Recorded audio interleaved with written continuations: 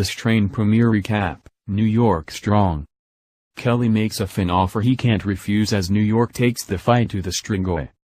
When FX renewed its apocalyptic vampire series The Strain for a third season of 10 episodes, rather than its traditional 13, showrunner Carlton Cuse assured viewers the compressed schedule would help accelerate the pace of the storytelling and give the show a stronger sense of urgency. He wasn't kidding.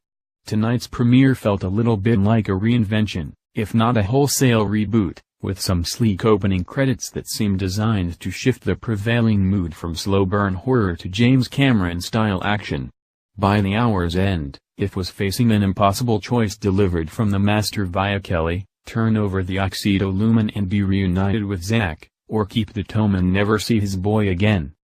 But before If received his deal from the devil, the episode opened with an exposition-heavy recap to help remind viewers what had come before, or to catch up fans who possibly had drifted away and were looking to check back in. Even that opening montage handily summarized 2 seasons at a surprising clip.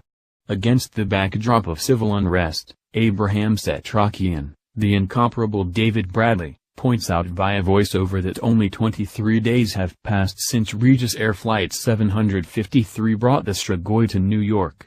As the nation argued over the proper response to the new threat, the vampire plague took hold, while National Guard and Army troops fought to retake parts of the city. Outbreaks only became more widespread. If humanity hoped to defeat the enemy, he concluded, they had better act fast. Well, they're trying. In Chinatown, exterminator Vasily Fit, Kevin Durand, stands at street level remotely guiding a team of Navy SEALs through underground tunnels as they attempt to ferret out Strigoi and hunt down the master.